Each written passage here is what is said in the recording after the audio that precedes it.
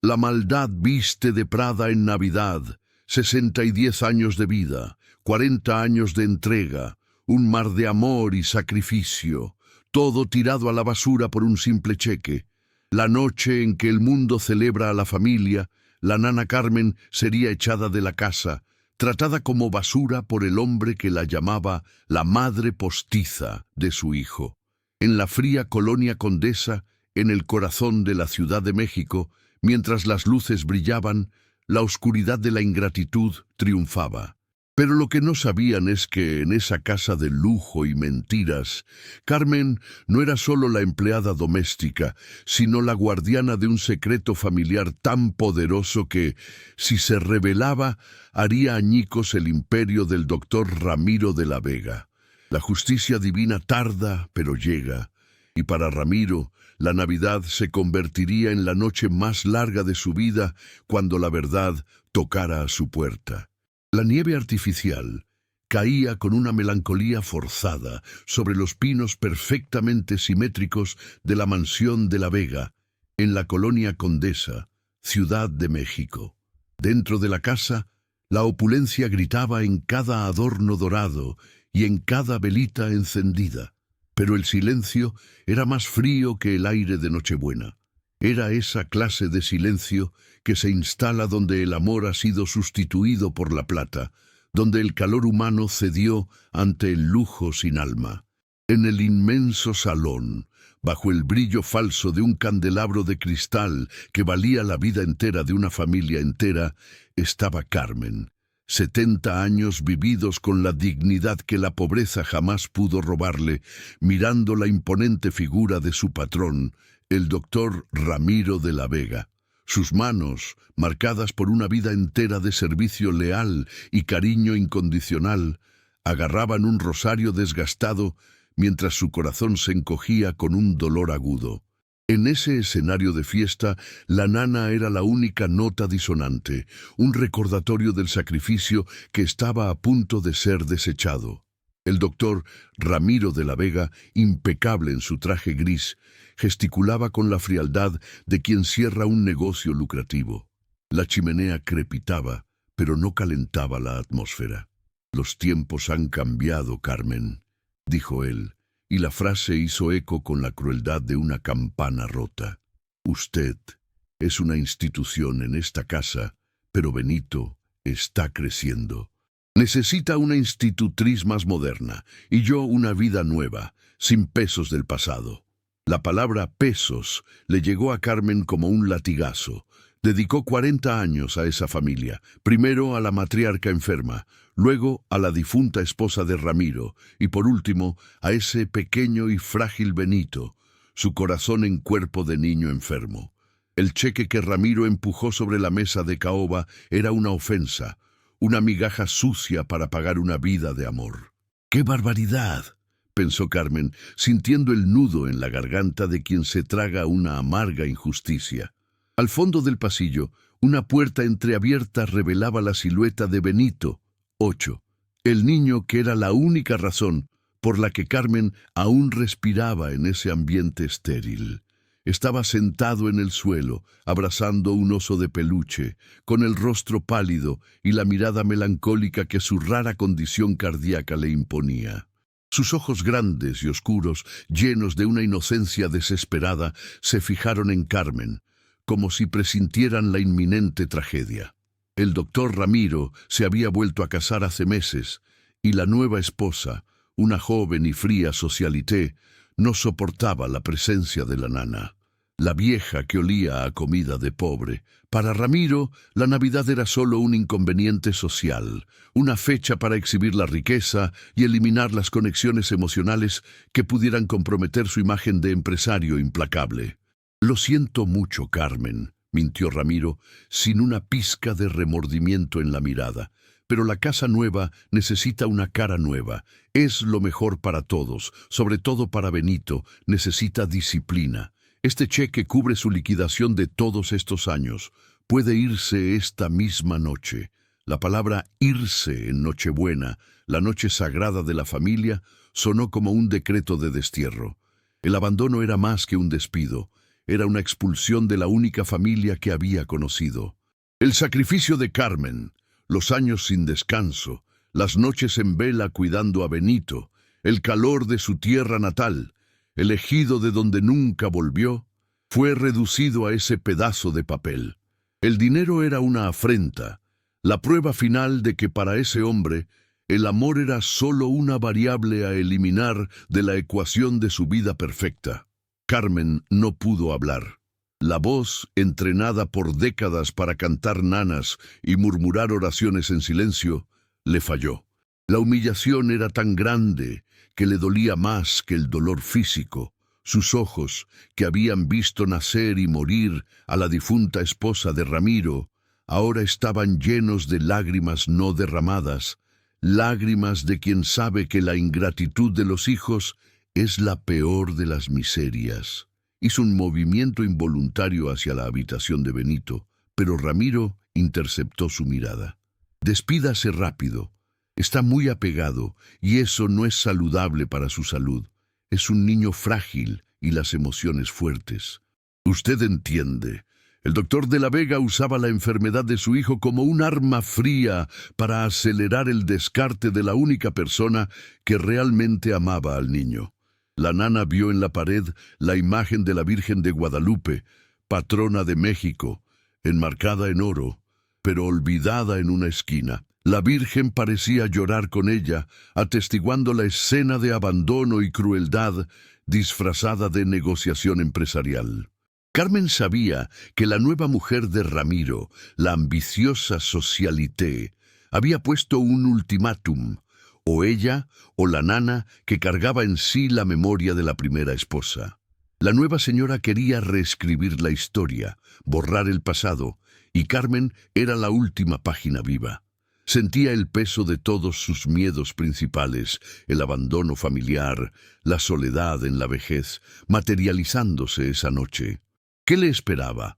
Un cuarto alquilado en una colonia pobre, quizás, y la certeza de que había sacrificado la vida por nada. En ese instante de profunda injusticia, en medio de la decoración navideña que se burlaba del verdadero espíritu de la fecha, lo que realmente le importaba a Carmen era el futuro de Benito.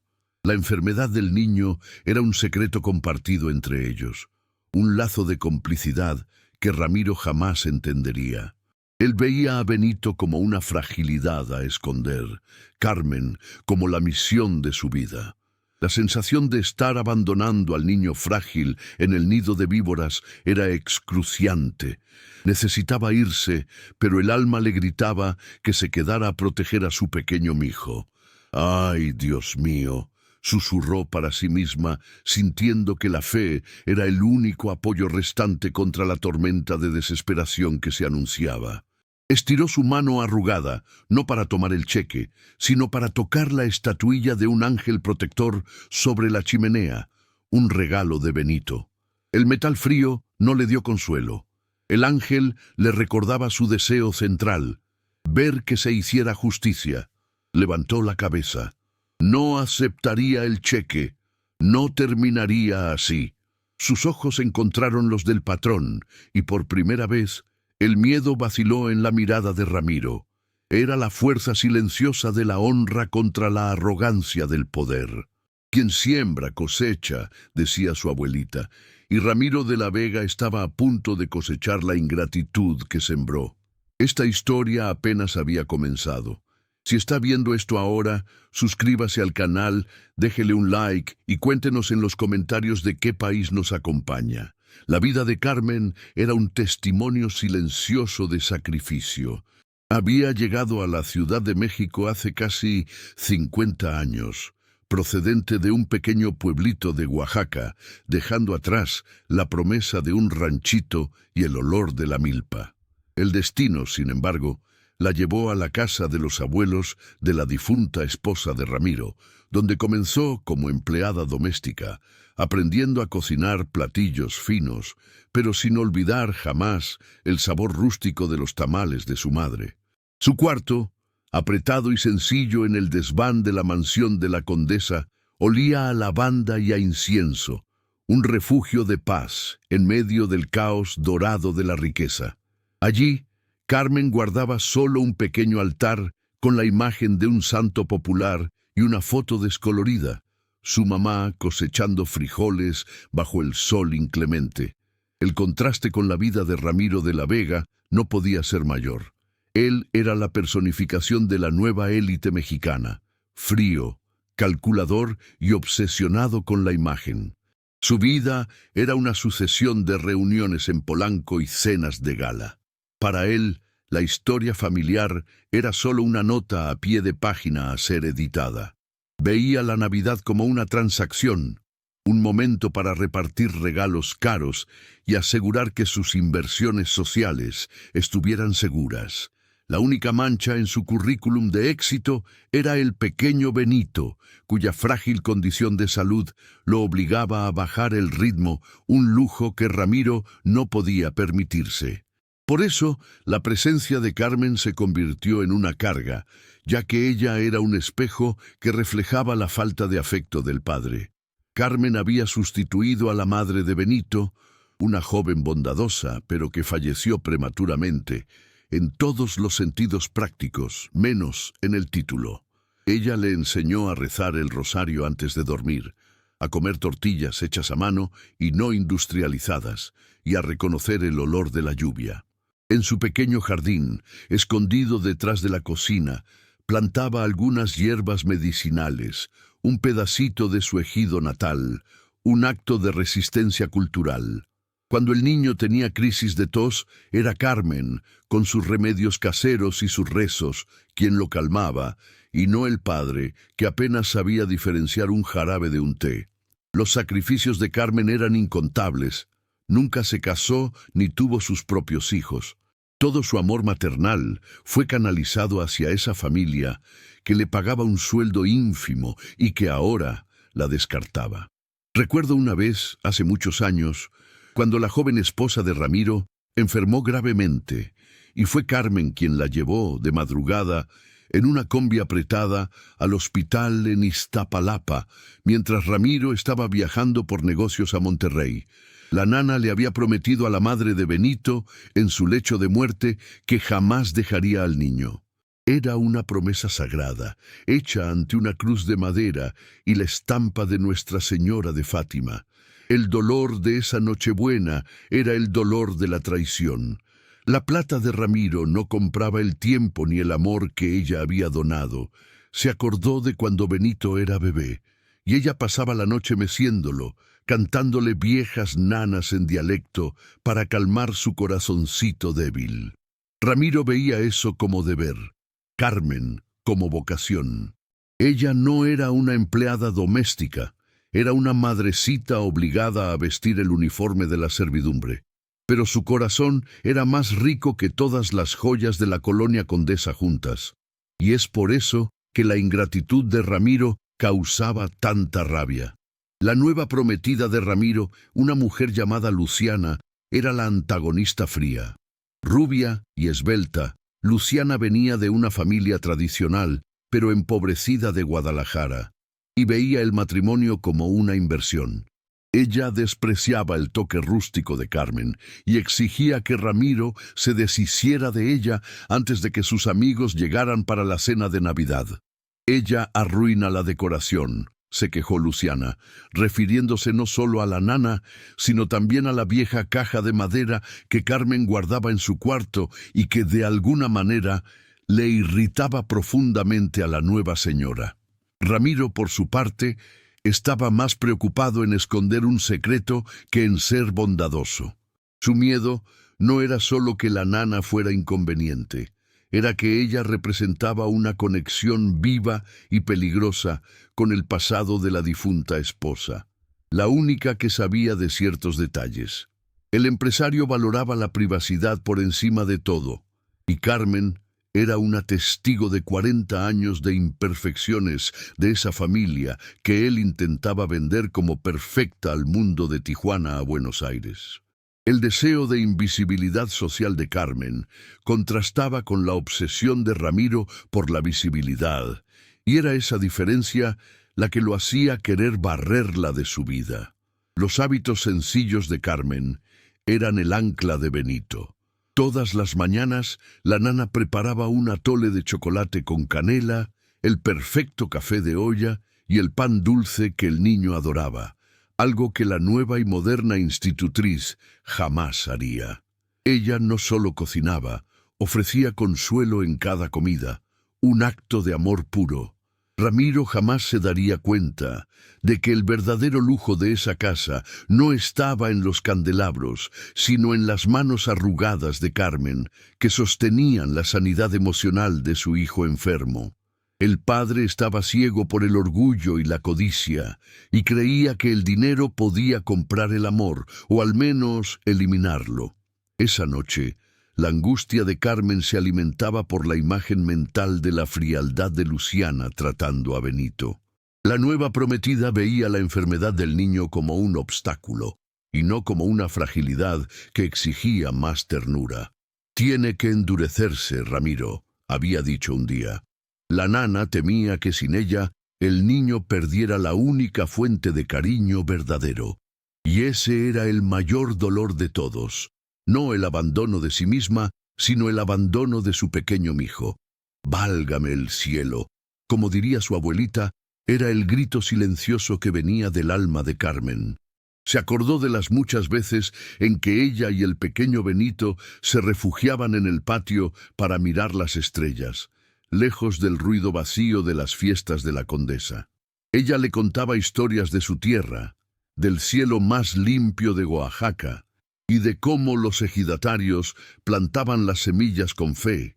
Le enseñó que en la vida lo que se siembra se cosecha. En ese momento, mientras sostenía el rosario, Carmen rezaba para que la ley del retorno actuara rápido sobre Ramiro. La protagonista estaba lista para la caída. Ella era la personificación de la madre latina, fuerte, dedicada y con un amor que excedía la lógica. El antagonista era el símbolo de la ingratitud moderna, la frialdad que ignora los valores sagrados. El público sentía la injusticia ardiente. ¿Cómo era posible tanto desprecio por una vida de sacrificio? Esa validación de su dolor era lo que hacía la historia tan personal, tan íntima. El escenario estaba montado. El contraste era abrumador. La humildad auténtica de Carmen contra la ostentación vacía de Ramiro. La promesa de un final feliz, que el público tanto anhelaba, parecía más distante que nunca. Pero Dios lo ve todo, y, en la colonia Condesa, la justicia se preparaba para vestir su manto de seda. La inminente salida de Carmen era el catalizador que forzaría el desvelamiento de un secreto guardado a 7 llaves, que la vieja caja de madera en su cuarto prometía revelar. El momento exacto de la humillación llegó cuando el chofer, un hombre llamado Ramón, que también trabajaba para la familia desde hacía años, apareció en el salón visiblemente incómodo. Cargaba la única maleta antigua de Carmen, hecha de lona gruesa y con calcomanías descoloridas de peregrinaciones a iglesias. Ramiro había ordenado que el equipaje fuera retirado del cuarto de Carmen, sin que ella tuviera que subir, ahorrándole cualquier escena innecesaria, y más importante, impidiéndole demorarse. El gesto era la traducción física de su desprecio. Carmen era un paquete a despachar antes de que la noche de fiesta comenzara. «La puerta está abierta, Carmen», dijo Ramiro, señalando la calle fría. Ya vestía un abrigo de cashmere, listo para recibir a los invitados, cuya llegada era inminente. El sonido de una corneta navideña que venía de la calle rasgó el tenso silencio. Esa música, símbolo de unión familiar, solo sirvió para intensificar el dolor de la nana. Sus labios temblaron. Se rehusó a tomar el cheque que aún yacía sobre la mesa. «Yo no quiero su dinero, doctor Ramiro». Su voz salió baja pero firme. «Quiero la bendición para decirle adiós a mi mijo». El uso de la palabra mijo, mi hijo, era un sutil desafío, un recordatorio del lazo que él intentaba romper. Ramiro apretó los dientes. El miedo a una escena pública era su punto débil. 10 minutos, ni un segundo más, silbó, consultando el reloj de pulsera que relucía a la luz del candelabro. Carmen no esperó una segunda licencia. Corrió, con la agilidad que el dolor y la furia le daban, hacia la habitación de Benito. El niño estaba acostado y el cuarto, normalmente frío, parecía aún más gélido. La injusticia no era solo contra ella, era contra el niño que amaba más que a su propia vida. La humillación de ser expulsada de forma tan brutal era solo el preludio del sufrimiento que la separación causaría en Benito. Al ver a Carmen, los ojos de Benito se iluminaron con una alegría que raramente demostraba por su padre. «Mamá grande, vas a pasar la noche de Navidad conmigo, ¿verdad? Vamos a comer pan dulce y a tomar champurrado». El niño usaba el término cariñoso que la primera esposa de Ramiro le había enseñado, lo que solo servía para aumentar la tensión. El corazón de Carmen se partió. Se arrodilló al lado de la cama, sintiendo el calor frágil de la piel del niño. ¿Cómo decirle que se iba? ¿Cómo explicarle que su propio padre la estaba descartando como un vaso de papel? Lo abrazó con toda su fuerza, sintiendo que ese era su último momento de consuelo. La nana sintió el pequeño pecho de Benito vibrar con una tos seca, una señal que ella conocía bien y que indicaba el estrés emocional. «Siempre estaré contigo, mi cielo», susurró, la voz quebrada acariciándole el cabello. Sacó del bolsillo el rosario que la acompañaba desde joven, besó la cruz de plata y lo puso bajo la almohada de Benito. «Esta es la protección de la Virgen de Guadalupe, mi vida.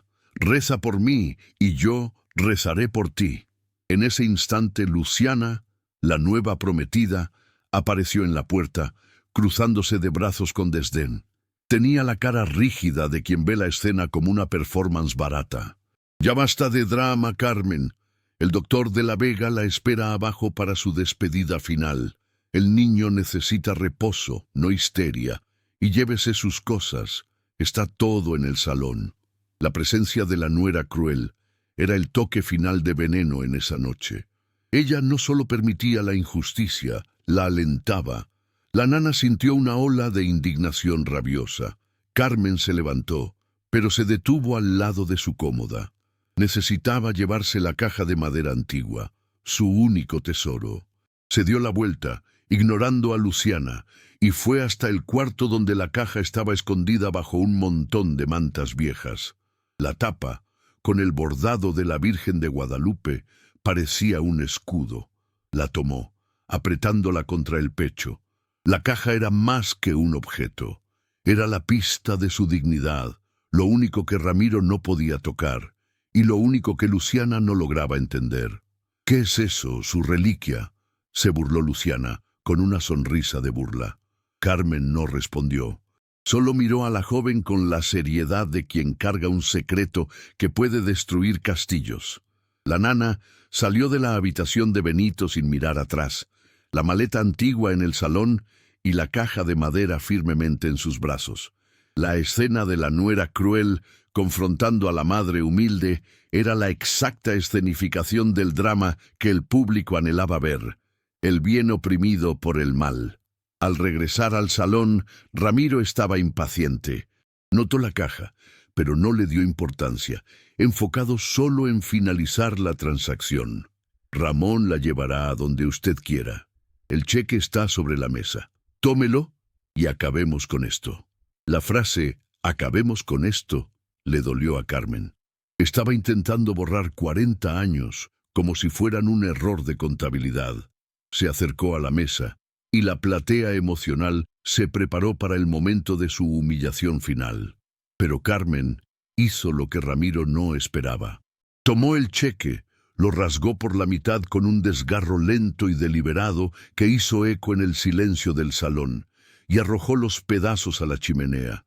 El papel se incendió rápidamente, convirtiéndose en cenizas. «Yo no vendo mi amor. Yo no acepto migajas por mi vida. Usted me debe mucho más que dinero, doctor Ramiro», declaró. Su acción, inesperada y valiente, era el grito de dignidad que la nana oprimida guardaba desde hacía décadas. El rostro de Ramiro se puso lívido. Su rabia se mezcló con el pánico de que la escena se extendiera. revelando su lado cruel a los vecinos que pronto llegarían. «¡No puede ser! ¿Qué locura es esa? Acaba de rasgar todo su futuro», gritó, controlándose para no perder la compostura. Carmen respondió con la voz de la fe inquebrantable. «Mi futuro está en las manos de Dios, no en su dinero sucio. Lo único que me importa ahora es mi paz». Veí así en Nochebuena, con la dignidad intacta pero el corazón hecho pedazos, Carmen le dio la espalda al hombre ingrato, a la mansión de lujo y a la única familia que había conocido. Salió bajo la fina nieve, con su caja de madera antigua bajo el brazo, hacia el portón, rumbo a la soledad de la noche fría de la colonia Condesa. La humillación era completa, pero el espíritu estaba inquebrantable. Ahora, la ley del retorno estaba a punto de activarse. El portón de hierro forjado de la mansión se cerró con un golpe metálico detrás de Carmen, un sonido que selló su abandono. El frío de la Ciudad de México esa noche de Nochebuena la golpeó como un puñetazo, pero el frío del alma era peor. Estaba sola en la banqueta, bajo las luces parpadeantes que adornaban los árboles de los vecinos ricos de la Condesa. Su maleta antigua, pesada y maloliente estaba a su lado, y la caja de madera de la Virgen de Guadalupe era lo único que le daba calor. Miró hacia atrás, a las ventanas iluminadas de la casa, imaginando el rostro pálido de Benito durmiendo, y sintió que las lágrimas que había retenido por dignidad minutos atrás finalmente corrían por sus arrugas. El chofer Ramón estaba parado con la combi negra de la familia, con el motor encendido, pero dudando en acercarse. Era un ángel protector inesperado, un hombre sencillo, padre de 3 hijas, que veía en Carmen la imagen de su propia madre, que había trabajado como limpiaparabrisas en Juárez. Ramón sabía que la injusticia cometida por Ramiro era imperdonable. Bajó del auto, apurado, e ignoró la orden de Ramiro de solo dejarla en cualquier parte. «Doña Carmen, yo la llevaré a donde usted quiera. El señor de la Vega no tiene por qué saberlo. Es lo mínimo que puedo hacer por la señora que me dio un plato de pozole caliente la Navidad pasada». El gesto de bondad rompió a Carmen por completo. No pudo más, y se echó a llorar, recostada a un poste. Era la catarsis necesaria, el llanto que el público también necesitaba. Ramón la ayudó a entrar en la combi, poniendo la maleta y la caja en el asiento trasero. Ella le pidió que la llevara a una parroquia antigua en Iztapalapa, donde tenía una amiga, una excompañera de trabajo. Iztapalapa era lo opuesto de la Condesa, una colonia popular de casas humildes de ladrillo, donde el sufrimiento era visible, pero la solidaridad palpable. Dentro de la combi, en el silencio de la noche fría, Carmen agarraba la caja de madera antigua. La tristeza era casi física. El abandono era más profundo que el despido. Era el robo de su identidad como madre sustituta. Se acordaba del olor de la difunta esposa de Ramiro, de cuando era apenas una niña, y la llamaba mamá chica. El contraste visual de la noche era cruel. Las calles lujosas de la Condesa siendo rápidamente sustituidas por la realidad más dura de la periferia. En ese momento, ella reflexionaba sobre sus valores sagrados, la familia y el sacrificio. Se cuestionaba si había sido tonta al dar tanto, al cambiar su vida por una promesa de afecto que se reveló vacía. Pero la imagen de Benito, con sus ojos melancólicos, reavivaba su convicción. Su sacrificio no había sido en vano para el niño. Era el deseo central del público, la validación del sacrificio siendo procesado por la protagonista. Ramón, el chofer, se detuvo en un semáforo. Vio el dolor en el rostro de Carmen reflejado en el vidrio oscuro. No se atrevió a preguntar nada más, solo murmuró: «Dios lo ve todo, doña Carmen. El señor Ramiro va a pagar por esto. La vida da vueltas y la ley del retorno nunca falla. Con el favor de Dios, usted encontrará su camino». Las palabras de él eran el sermón religioso que la nana y el público necesitaban escuchar, la reafirmación de que el mal sería castigado. Se acordó de las noches que pasaba en la cocina de la mansión, rezando el rosario por Benito, pidiéndole a la Virgen de Guadalupe que cuidara su frágil corazón.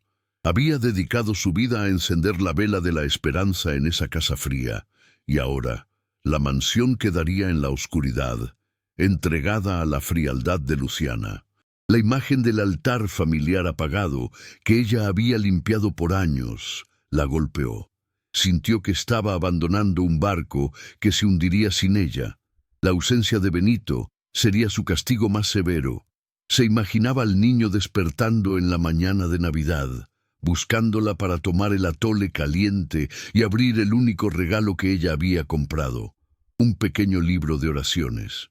El silencio de la combi se volvió ensordecedor.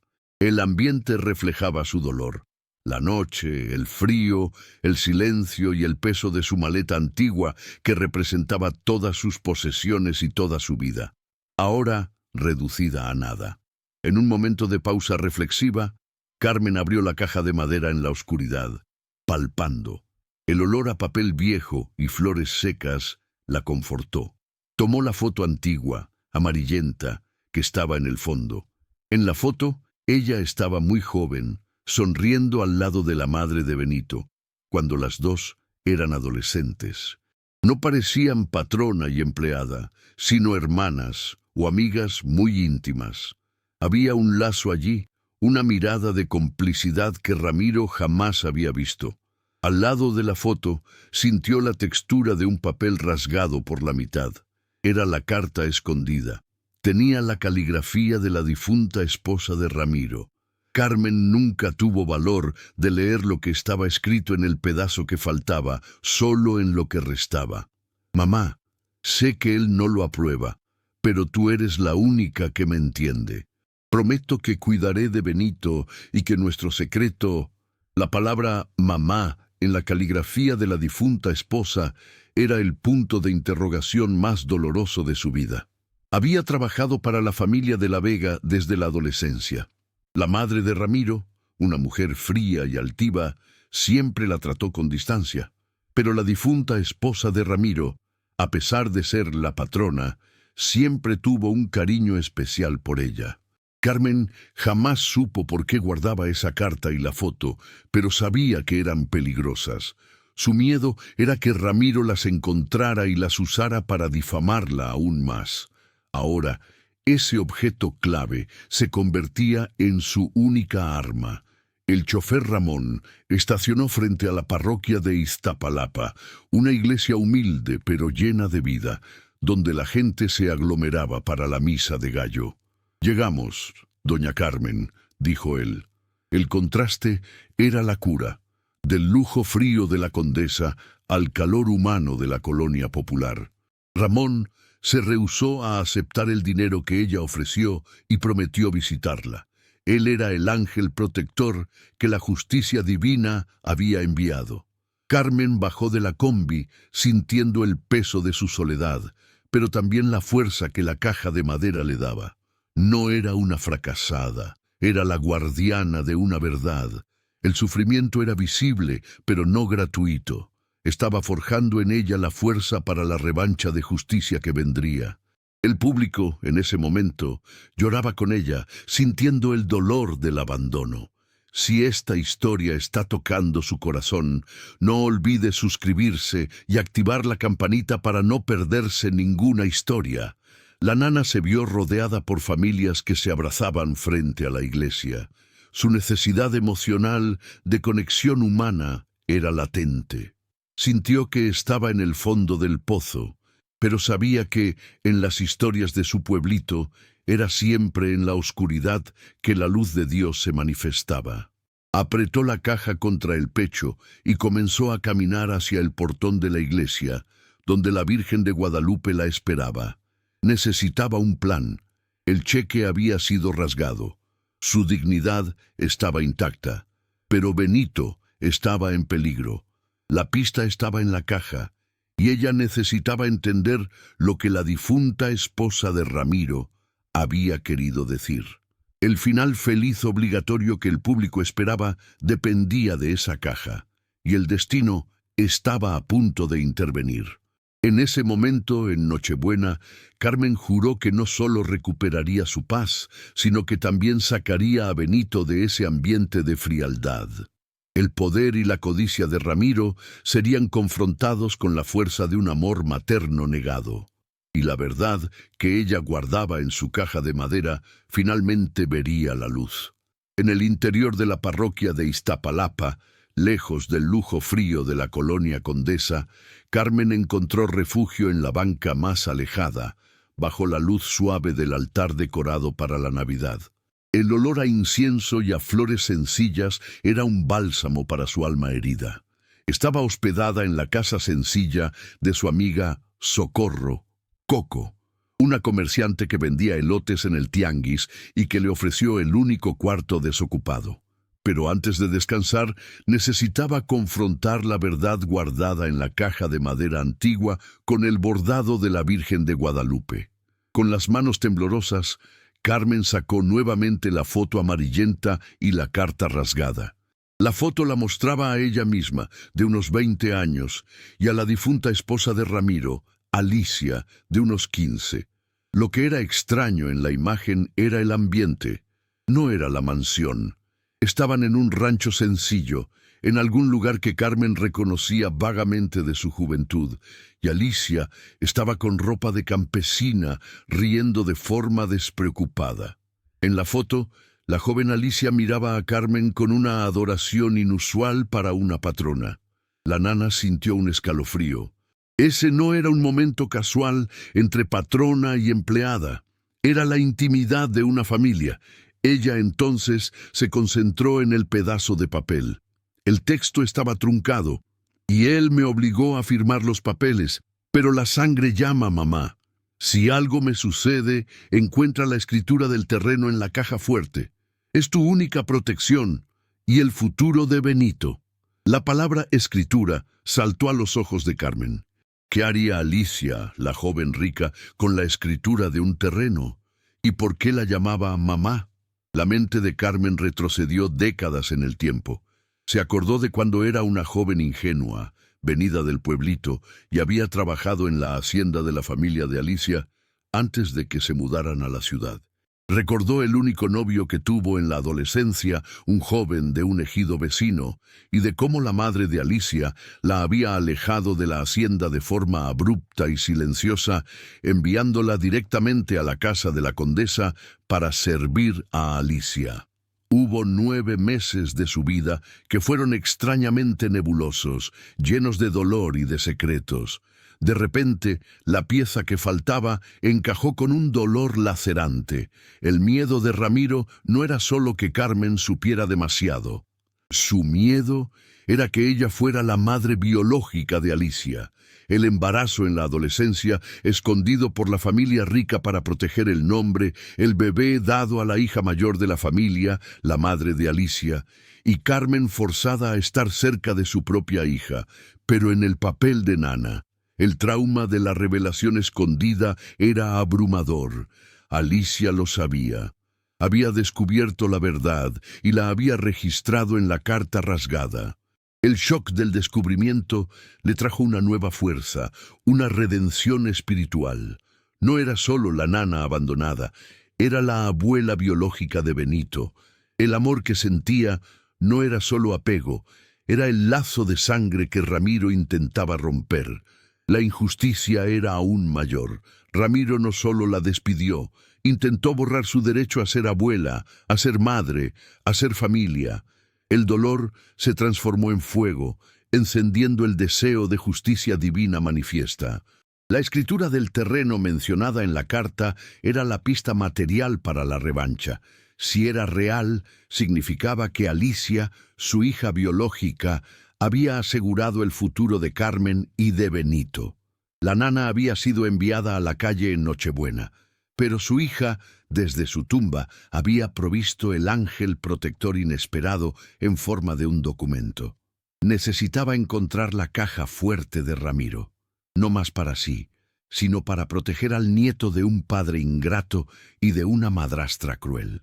Carmen cerró la caja sintiéndose una nueva mujer.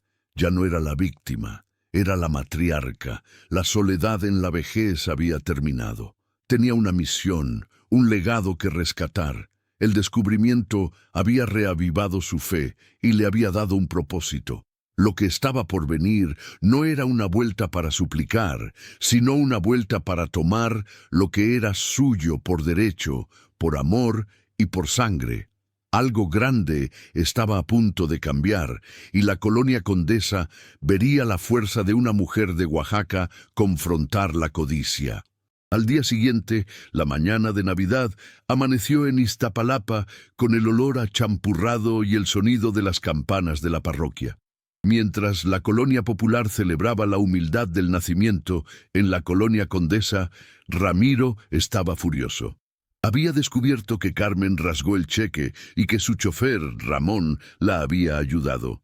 Su orgullo estaba herido, y el miedo al escándalo aumentaba con cada toque del timbre. La nueva esposa, Luciana, ya lo presionaba para contratar seguridad para evitar que la loca de la nana regresara. Carmen actuó con la inteligencia y la calma de quien planea la justicia desde hacía décadas. Sabía que entrar a la mansión sería imposible. Su única oportunidad era el chofer Ramón. Lo buscó en el mercado municipal donde solía almorzar, cerca de la colonia Roma. Ella le reveló la sospecha. No era solo la nana, era la abuela de Benito. La revelación choqueó a Ramón, pero también explicó la devoción de Carmen. Él prometió ayudarla a encontrar la caja fuerte de Ramiro. El chofer, un ángel protector inesperado, se acordó de un detalle. Años atrás, la difunta esposa de Ramiro, Alicia, lo había llamado para llevar un objeto pesado, una pequeña caja fuerte de pared, a una oficina recién remodelada en el segundo piso de la mansión. La caja fuerte estaba escondida detrás de un cuadro de la familia de la Vega, en la biblioteca particular, un lugar donde Ramiro rara vez iba, pero que Alicia usaba para sus momentos de reflexión. La pista era el cuadro, lo que aumentaba la tensión. La acción de Carmen para recuperar su dignidad no podía esperar. Sabía que Ramiro estaría distraído con el almuerzo de Navidad y que Luciana lo estaría vigilando. Ella preparó un plan con Ramón. Él alegaría una emergencia mecánica en la combi para distraer al guardia de seguridad de enfrente, mientras Carmen, disfrazada con un rebozo sobre la cabeza y un abrigo viejo, se colaría por la parte trasera, como una sombra que regresa del pasado. Esa tarde de Navidad, el destino sonrió a Carmen. El plan funcionó perfectamente. Mientras la música clásica de la cena ahogaba los sonidos, Carmen se arrastró por la cerca viva y entró por la puerta de la cocina, abierta disimuladamente por Ramón. La tensión era palpable. Corrió hacia la biblioteca, subiendo las escaleras silenciosamente, sintiendo el peso de su caja de madera y el rosario en sus manos. El obstáculo vino en forma de Luciana, que bajaba las escaleras, hablando por celular sobre sus regalos de Navidad. Carmen se escondió detrás de una cortina de terciopelo pesado. El corazón le latía en el pecho. El público sintió el alivio cuando Luciana pasó sin verla, pero la tensión aumentaba. La justicia estaba cerca, pero el peligro inminente. Ella finalmente llegó a la biblioteca. Encontró el cuadro. Era un retrato de Ramiro, con su difunta esposa y Benito, todos sonriendo de forma forzada. La sonrisa de Alicia, sin embargo, parecía esconder una profunda tristeza. Carmen empujó el cuadro con fuerza, y éste reveló la puerta de metal de la caja fuerte, oxidada por el tiempo. La revancha emocional estaba a un paso de concretarse. La caja fuerte estaba cerrada con llave. Carmen se desesperó por un instante. «Por el amor de Dios», pensó, pero se acordó de una conversación antigua con Alicia sobre contraseñas de seguridad. La difunta esposa había dicho que la fecha más importante para ella era el día en que supe la verdad.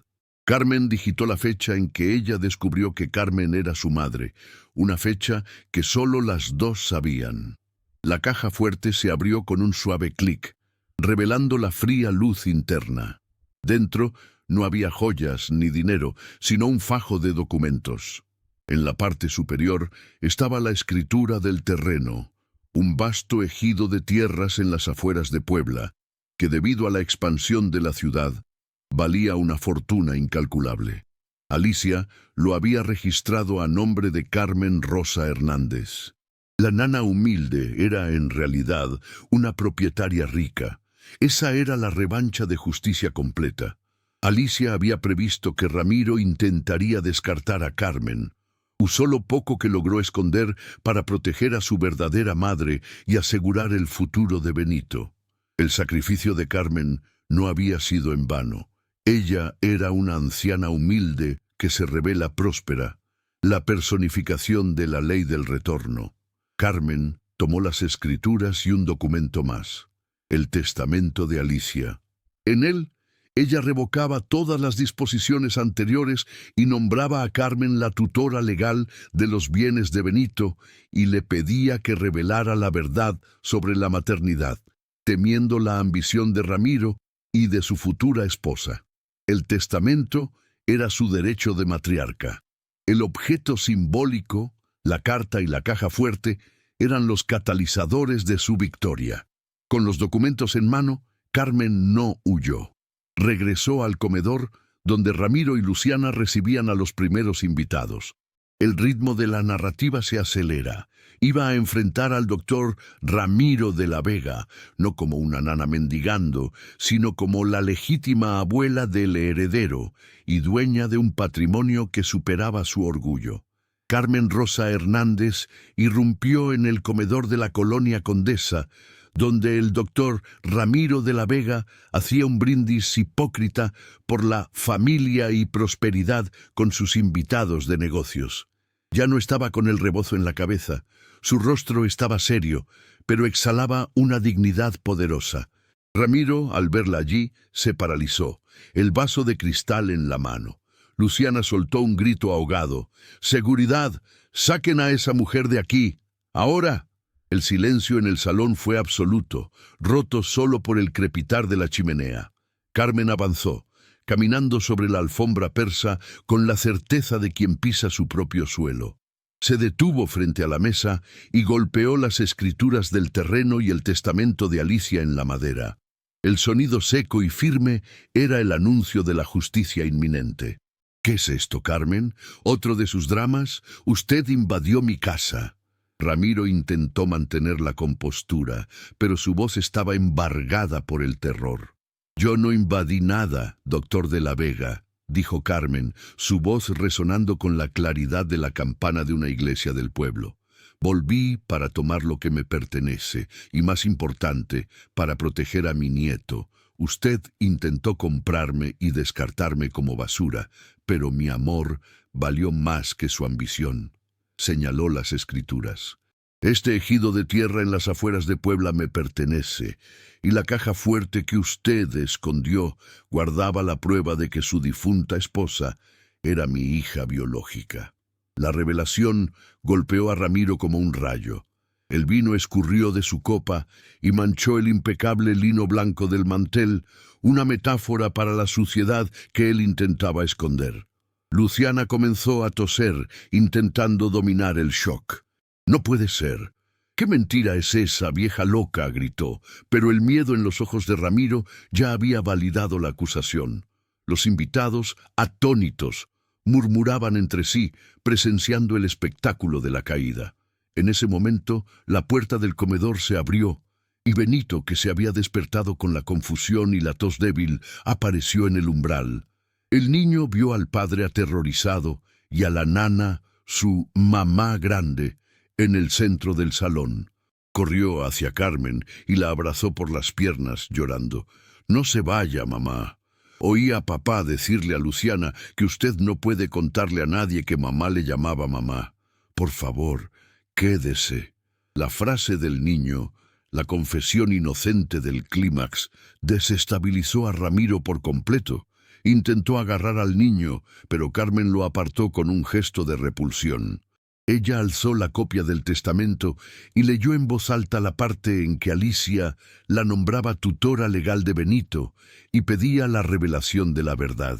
La emoción del público alcanzó el pico. La nana humilde se había convertido en la legítima matriarca y la única defensora del nieto. Ramiro estaba confrontado con las consecuencias de su ingratitud y codicia. Si luchaba, la historia sería noticia en todo México y su imperio de mentiras se desmoronaría. Vio la fuerza inquebrantable en los ojos de Carmen. La justicia divina se había manifestado a través del amor y la verdad. Se desplomó en su silla, derrotado. El público sentía la victoria moral de la protagonista. El villano ingrato estaba castigado, no por la ley, sino por la revelación de su propia crueldad. Carmen miró a los invitados y sin decir una palabra más, tomó a Benito en sus brazos. No necesitaba venganza. La verdad ya era su mayor victoria. El final feliz estaba garantizado por el reconocimiento de su sacrificio y se alejó de la mesa, llevando al nieto fuera de ese salón frío hacia su antiguo cuarto. La Nochebuena había terminado con la victoria del amor y la sangre sobre el orgullo y la codicia. Los días siguientes a la Navidad trajeron la paz merecida para Carmen y Benito. La casa, antes fría, fue inundada por el calor de la verdad. Confrontado con la amenaza de exposición pública y la pérdida total de Benito, que se negaba a quedarse con el padre, Ramiro, humillado, fue forzado a aceptar los términos del testamento. Transfirió legalmente las tierras de Puebla a Carmen y reconoció su derecho a ser la tutora legal del nieto. Carmen finalmente asumió su legítimo lugar, no más como la nana, sino como la abuelita y matriarca de la familia, con un patrimonio que le garantizaba seguridad y dignidad. Carmen y Benito no permanecieron en la mansión de la condesa. Ella usó el dinero de una pequeña venta de parte del terreno para comprar una casa humilde, pero llena de sol, en un barrio más tranquilo de Coyoacán, cerca de un lindo jardín y una iglesia. Allá podía hacer sus tortillas en el comal y cuidar de un pequeño jardín, recreando el hogar amoroso que Benito siempre mereció. El niño, lejos del estrés de la casa del padre, comenzó a recuperarse lentamente, el corazón frágil calentado por el amor incondicional de la abuela. El final feliz redentor había llegado, restaurando la esperanza y la prosperidad. Ramiro, a quien la ley del retorno había castigado con la pérdida del hijo y la humillación pública, vio a Luciana dejarlo poco después, llevándose lo que podía. Él permaneció en la mansión fría, rico en dinero, pero miserable en espíritu. Fue condenado a la soledad en la vejez que tanto despreció en Carmen, una punición justa por su ingratitud. El sacrificio de Carmen fue honrado y su fe recompensada. La historia terminó con la certeza de que el amor, la sangre y la lealtad siempre triunfan sobre la codicia y la frialdad. Carmen miró la imagen de la Virgen de Guadalupe en su nueva casa. Había perdido todo, solo para ganar lo más importante, su nieto y su honra.